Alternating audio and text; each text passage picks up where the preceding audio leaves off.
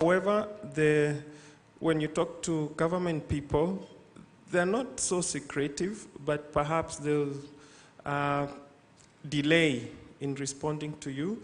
But more importantly, the incidences are already in the public space because of the free media. So I wouldn't say we are not at where we used to be, where information is secret as such.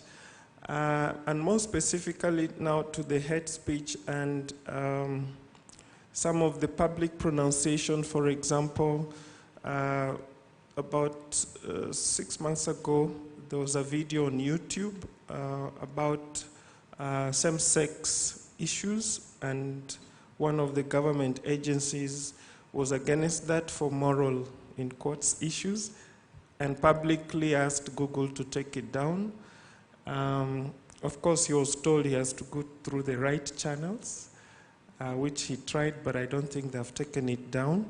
Then there are the issues of hate speech. Kenyans are very much alive on Twitter, Facebook, and other social media, and there's a law against hate speech, but that law seems to be sort of applied at two levels. If you do hate speech against a politician, then it's an issue. But if you do hate speech on just any other Kenyan, nobody cares about that. So there seems to be double standards depending on whom it is the government feels you've attacked. And if that figure is sort of important in quotes, then there is aggressive mechanism to deal with you. And that tends to send a chilling effect to the rest of the social media activists. But if your hate speech comments are within the context of a non-entity, that is never an issue for government machinery. Thank you. Thank you, John. I think the findings from Tanzania also reflect exactly what you've said in terms of depending on who is under attack and who being an individual, where it's a powerful businessman or a certain politician involved in corruption or embezzlement, then the law is quick to apply to protect that individual. And Max is nodding there because the disclosure request that Jamii Media received related to such cases where individuals, the law enforcement is trying to protect the interests of these individuals. So lastly, Helen, right next to me here, tell us your experiences from Zambia. Okay, thank you. From Zambia, I think it was not very easy to get the information that I wanted to get, because as we all know that Zambia has just come out of an election, and at that time people were busy campaigning. So it was very difficult, especially from government entities, to get the information that we needed to get. I must say that from the reporters themselves, it was easy because they felt certain information should be disclosed. But because of the lack of access to information law in Zambia, I think it became very, very difficult for me to get the responses, in that the Zambia Information Communications Technology Authority would first ask you to put it in writing, then they promise to respond to you in 2 days' time, then you follow up via phone, then they say, no, come we discuss this in person. You go there, then they say, no, I can't talk to you about this. They refer you to the next person. So I think there were a lot of challenges, and people were just scared of the unknown. They couldn't just be free to give out the information that was required. Thank you, Helen. So as you've heard from all the researchers, the context that this research was undertaken in was very difficult, tricky times in most of the countries, whether it's elections or protests. Internet freedom is not well understood understood in these countries. But then it's also a thorny issue, especially in relation to the governments and the democracy deficits faced. And like they've mentioned, as such, citizens were unwilling to openly discuss some of the issues. The shutdowns in Uganda and in Ethiopia related to fractions in the election processes. or the latter case in Ethiopia on protests where 500 people were, an estimated 500 were killed. South Sudan, which we had intended to include in the coverage of this research, as you're all aware, war broke out there and thousands were displaced, several others killed.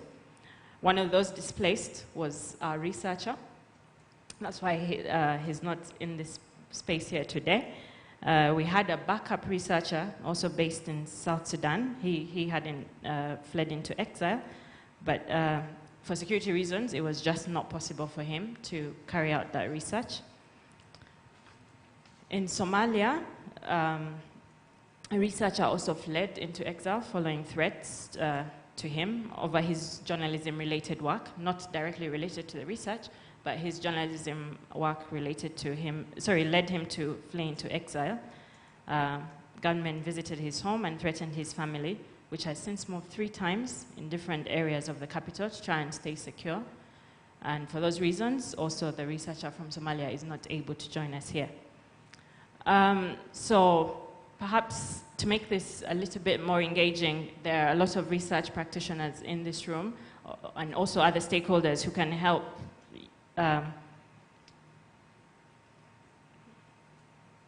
so how would we help protect sources of research like the one we're undertaking or others doing similar research?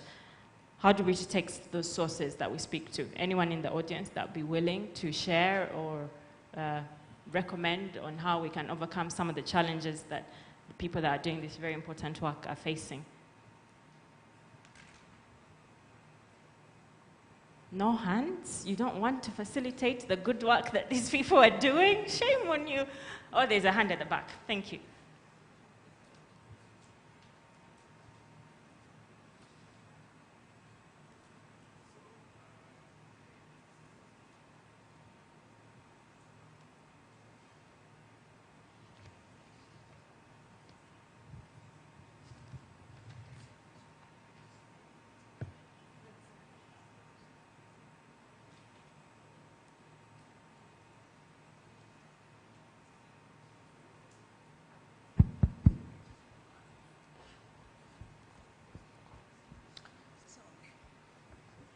So thank you very much. My name is Moses Karanja again, and I think what we are trying to do is build capacity for evidence-led work that as much as, say, a journalist may say, oh, this happened, or a police officer may say, oh, this website was shut down, at times it could be a technical issue, and probably you report that as a website that was intentionally closed down by government.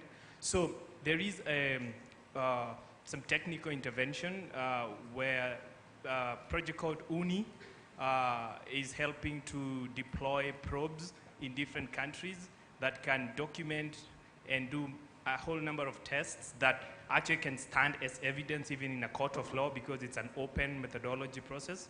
So in all the countries that we are trying to get the probes into, it's very hard to get people who will commit to put the plugs in because they have their own risks. Because you can be actually identified based on the IP address that the probe is running, but we haven't had an incident so far, so I wouldn't say that it's like extremely risky, but if you would want to participate in that process, that would be great because some of the findings that are really actually even online right now, you can check on the Uni Explorer, a Tor project, and you can get all of the work that we are trying to do. So please, if you feel that that kind of work, and definitely it can actually improve on the quality of the evidence that we are using to rank or to do the study, that would be great. And if you feel like you would want to carry one with you today or on your way back, see me because I have like 3 of them. We can always agree on how you can go do it. So thank you very much.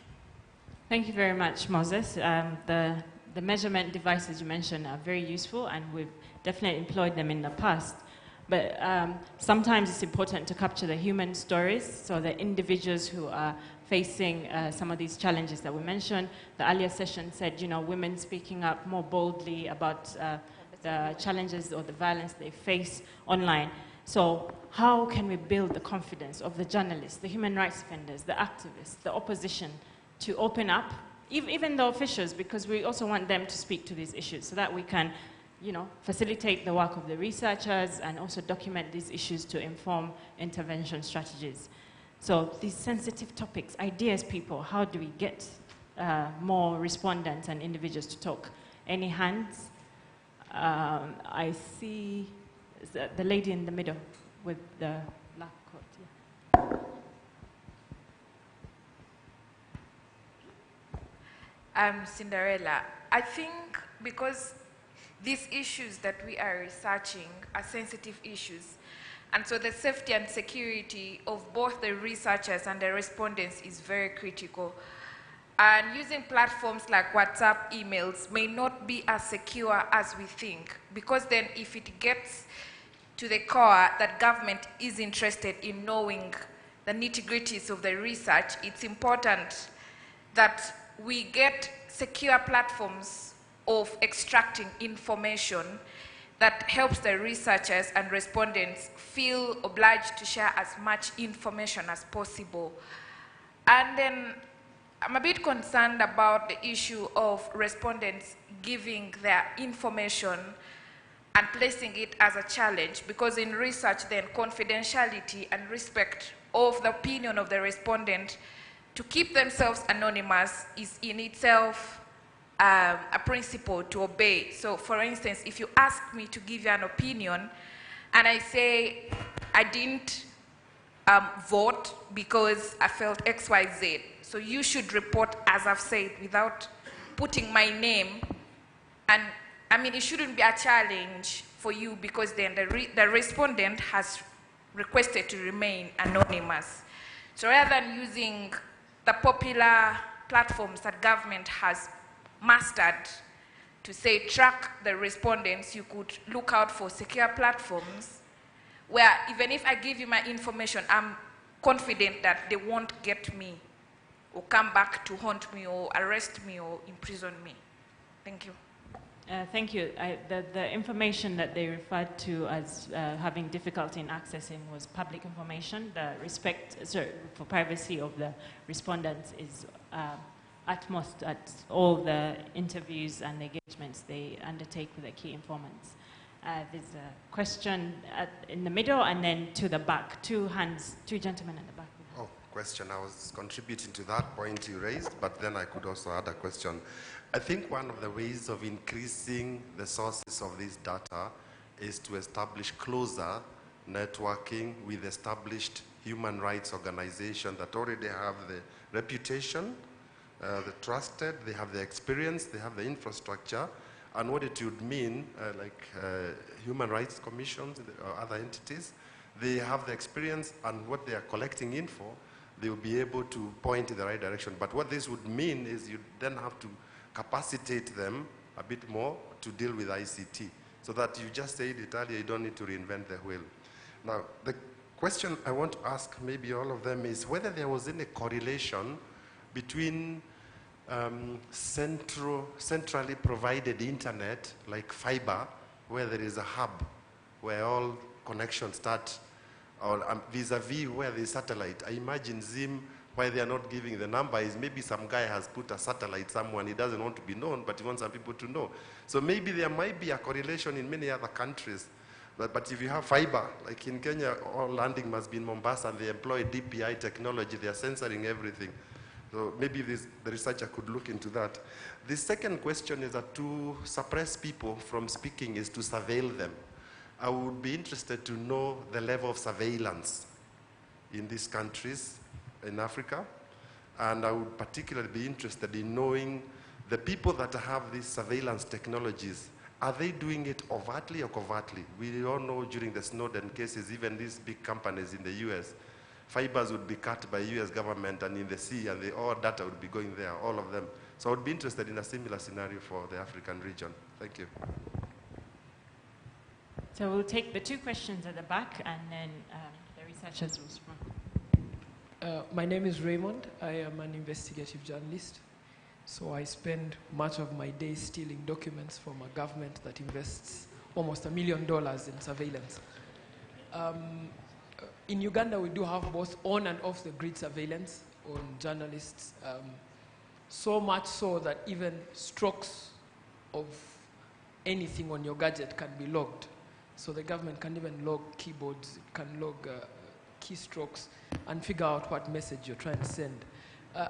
I've since learned, and this is something that journalists can probably pick up on, I've since learned to work with techies. They know ways around this. So much of my information flows through redacted channels, off-grid, to generally dodge surveillance. But I'd also like to inquire from the people that did the research, and particularly that of Uganda. How can you verify that the government is tapping information from millions of people? Because these 4 people, I think, and I know for a fact, are not substantive. I know that our government runs a heavy surveillance system, and this is in collusion even with technology, the telecoms that we have here. So how do we actively engage? And I'm willing to work with anyone to expose some of these things that our governments work with telecoms and steal data from ordinary Ugandans. Thank you. Thank you, Raymond. There's the last hand at the back. There's a gentleman at the back. Ladies, we're not asking questions. Why? Oh.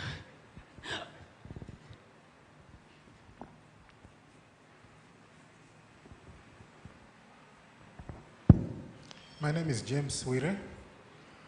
A cyber guy, I must say. I just wanted to share something little. For those that are involved in this kind of research and you're trying as much as possible to evade being, to make whatever you're doing easily tapped by others, the reality we're living in today is that the monitoring, especially by governments, is very intense. The tools are all over the place. It just takes money. As long as the government has money, they can get tools which can even break into an iPhone. I won't mention where I saw this, but I have physically witnessed it. They can get into any device. That one I can assure you. So as we do this, let's be mindful. Even if someone came there and told you there is this app, you'll be anonymous, they won't know you, it's called My Witness or whatever it is, believe you me, trust it up to 60%. Because if they really want to get into it, they will. I want to guarantee you that. Let's keep that at the back of our minds. Thank you. And then we have a lady. I'll bring you the microphone. I'll have the pleasure. Thank you. My name is Ayanda. I come from Botswana. I have 2 questions on issues of the methodology of gathering data. It's quite an interesting piece of work that you guys did. Good job. I would love to know, how do you then, as others were saying, how do you then validate that the reports that you are getting, that there was a shutdown or 2 people have been, how do you validate that, yes, indeed, what these researchers are reporting is a true reflection of what is going on in the country? Probably you could work with already existing organizations like somebody had indicated, just to give weight to our input. I take it it's our input here. And then the next, my concern is, do you also use the same tools in all the countries, and how do you get to select which country to participate? Thank you. Thanks, Ayanda. On the issue of validation, you will notice that as much as this research is coordinated by CIPESA, these noble people are actually based in the countries. So it means if there's a report of a blockage or no access, in being based there, they're authentic sources, they're testing the websites, they're verifying whether indeed their phones are not working and they're not receiving text messages. The second one on the tool, the research instrument is indeed uniform across board. Again, it's context specific, so Arsene will have to use it in French and not in English. But again, that is uniform across. So from the other issues raised from the audience, there was the question on if there's a correlation between lack of access to information from regulators and ISPs and whether they're satellites or access points that are not on the radar? I think Tanzania and Zimbabwe may be the best to answer that question. Because she mentioned that she was not able to get information on how many ISPs that there are. So would you want to answer that, Tash? I'm not entirely sure what that question is. So I believe didn't get it. The gentleman, unless I'm misrepresenting the question, it was so when Stash mentioned that they were unable to verify how many ISPs are there, and this should not be protected information. What I understood was whether some ISPs were satellite or the access point varied. He can clarify. Let me clarify. I was wondering whether there is a correlation with shutdown and censorship in countries where the internet comes through a central place, like a fiber optic cable lands in the country. So there's a hub where governments can do that, compared with countries where most of the internet comes via satellite. So is there any sort of data relating those two? And I was giving Zim as just like an example why maybe some ISPs were hiding, not wanting to be known, the ISPs. Maybe they get it from the satellite, which is different than when you all have to get it from Mombasa in Kenya because all fibers land there. I see. Yeah. Go ahead. Okay, something about it, if I'm to use Uganda as an example. All service providers are licensed by a central body, which issues directives and says, close up internet. So all of them comply, despite the fact that they are different individuals. The last shutdown, there is only one company that did not block social media. I forget the name of the company. It's a very small company. But the explanation was they did not get the communication. How did it happen? It happened that all the shutdown that has happened in Uganda, the Communications Commission does not write to the companies. It picks a phone and calls them and says close. And the purpose is to remove evidence, which is also a challenge in doing this kind of research. So they normally call them and tell them close. This company was not called, that's why it remained moving. Maybe they forgot, but that's how it has been happening. Thank you very much, Peter. Just to add on what Peter is saying, I think in Zambia, all ISPs have to oblige. And if the government decides to say that, can you shut down? They have no two ways about it but to shut down. So though we haven't experienced that, but we've seen that some ISPs do block websites. They spoke to me and asked to be protected, which I did, and they agreed that there are instructions that they receive. Thank you, Helen. So the last question is from us to you guys. The research takes themes every year. Like I mentioned, the first one in 2014 was a landscape analysis of the legislative environment and practices. Then last year, we surveyed human rights defenders, medias, and journalists to understand their perceptions and practices around access, security, and safety online. As actors and experts and all titles that are great in this space, where do you think the gaps are? What can we do better? What do we need to understand better? And by that, I mean us continuing to document developments in internet freedom in the annual report, but also to not just to document, but to also facilitate the great work that others do. So what are the research gaps? What would you want to understand? Perhaps it will be the theme of next year's report. There's Mildred over here. And there's another hand at the back, a gentleman. Good afternoon. My name is Mildred Achoch. In terms of gaps, I would recommend that research be done in terms of inclusivity. women, the youth, the disabled, and basically just minorities. I have noticed, and maybe I'm wrong, but there are no people of Asian descent in this forum. Africa is not just, black people. There needs to be more inclusivity in terms of race, in terms of religion, in terms of all these other small groups. Yes, that's all I have to say. Inclusivity. Thank you. Thank you, Mildred. Next recommendation. Can I come?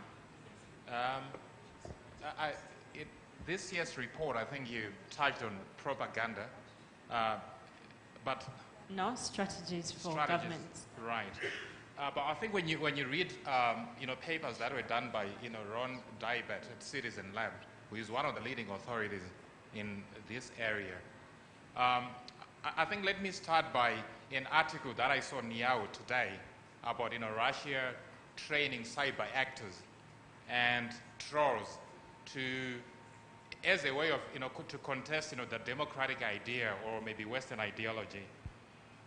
Whereas internet shutdowns, blocking, filtering, and like what we call first generation of information controls are easy to detect because you can use probes like what Moses said. But there's other forms of information controls that governments are beginning to introduce that are not easy to be detected by probes. For example, Jennifer Pan, one of the researchers writing for the National Endowment for Democracy, talks about responsiveness, that a lot of governments are beginning to respond online, but it's pseudo-response. In other words, they want to create an atmosphere that they are responding to citizens' concerns. So when I go to Zimbabwe, for example, we did not detect any internet shutdown in Zimbabwe except for 2 hours. But that does not mean that Zimbabwe is not controlling information online. But I think we are looking at internet governance, for example. There is now pseudo-democratic structures where governments are including citizens in internet governance structures, but they are not democratic.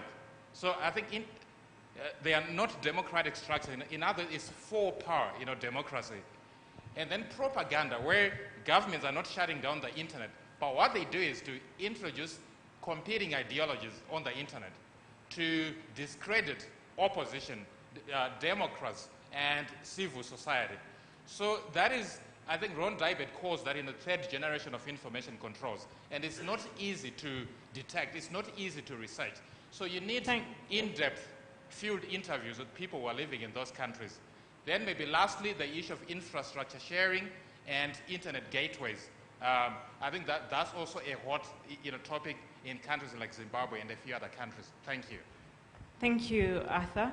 Just to quickly submit, the report does cover the information controls that you've described, whether it's propaganda or cloning of websites or discussion forums, and the use of bots, like I mentioned in the brief findings summary that I shared.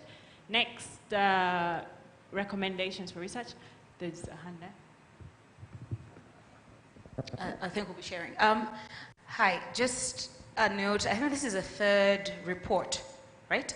I'm very curious, as a recommendation and as a question, how do we make sure the policymakers interact with these recommendations? What have been the experiences so far?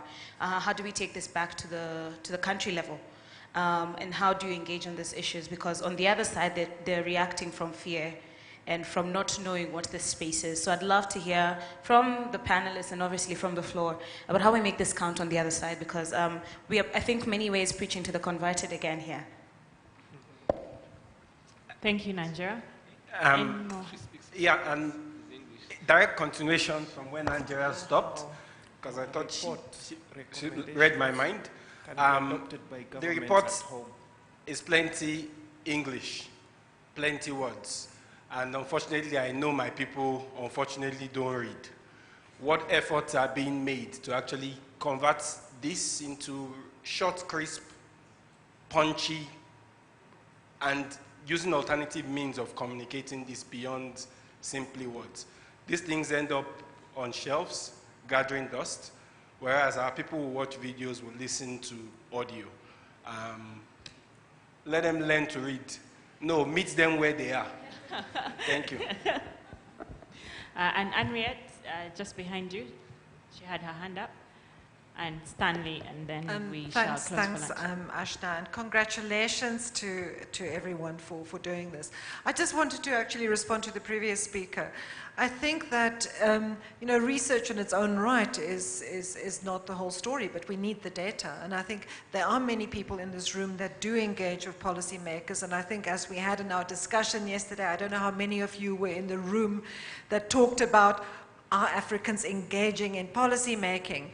And I think we are, but not enough.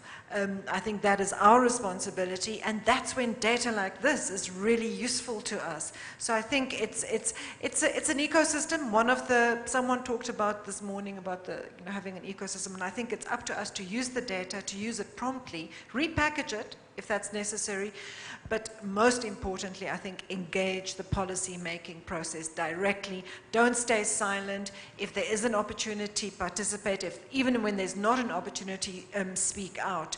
And this data is just so important, because you have much more impact and influence when you talk to policymakers if you can point to solid examples.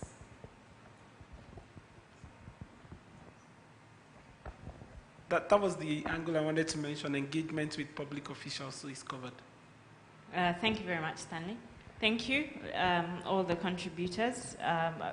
The submissions have been captured, but just to summarize, there was a recommendation for working more with the technologists and traditional human rights organization. And I'll say we've taken a step in that. If you remember the speech yesterday from the chairman of the Uganda Human Rights Commission, for the first time this year, Uganda's annual human rights report included a digital rights chapter, and CIPESA contributed to that chapter. So that shows space and engagement for traditional human rights organizations to understand some of these challenges faced online. Mildred raised the issue of inclusivity for other minority rights in documenting some of these challenges in research on online freedom.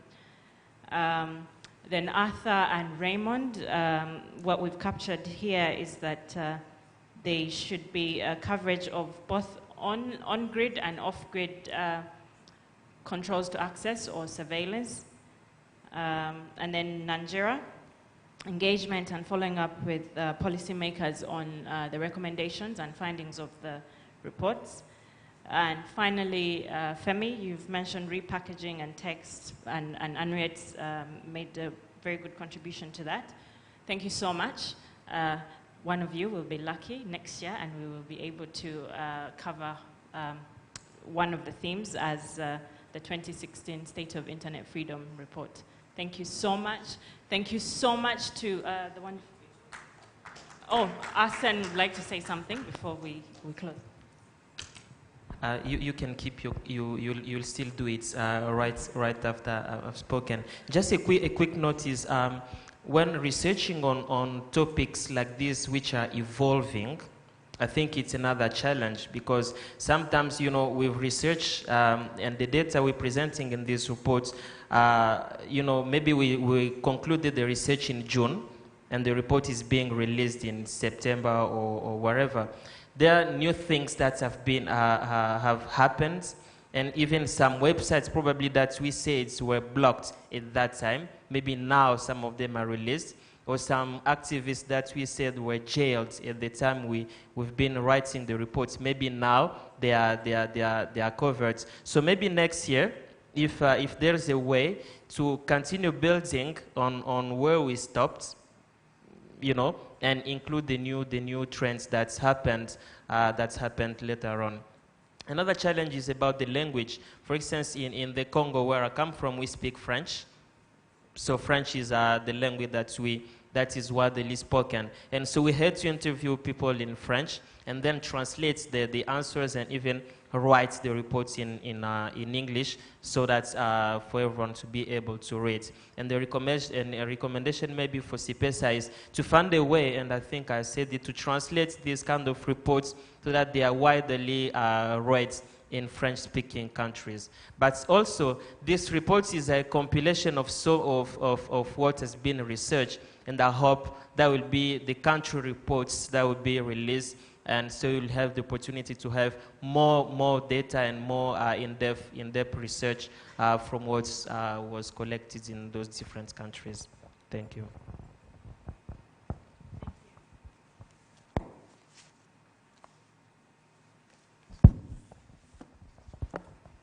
Thank you, Asen. Yes, we do. We will. DRC. This is the first time it's featured in the regional report. So we have individual country reports, which are more comprehensive than the text that Femi has said is already too much.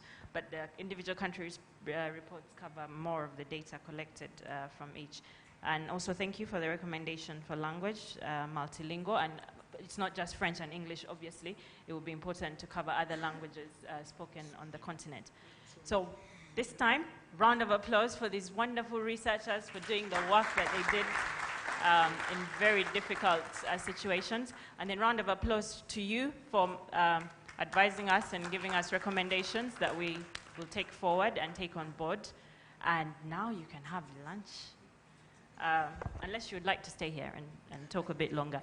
But yes, lunch, so I'm not the speaker today, so I also want to know what the lunch arrangements are from Juliet.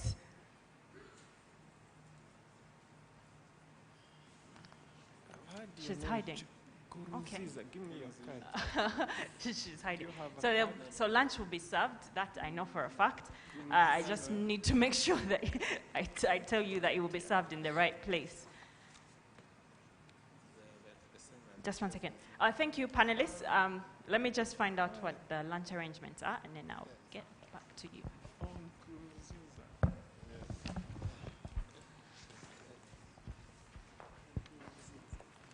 Are you in the internet domain space? With internet.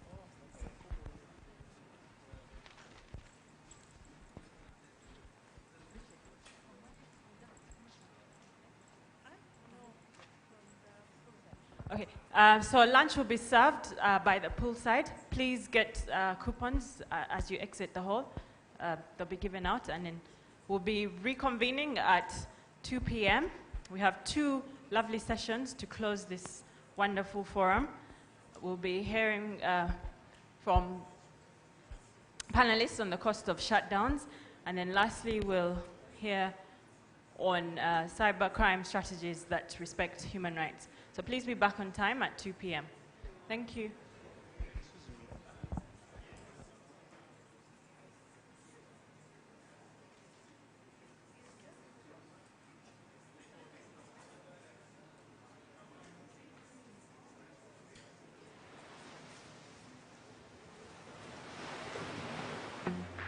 Thank you.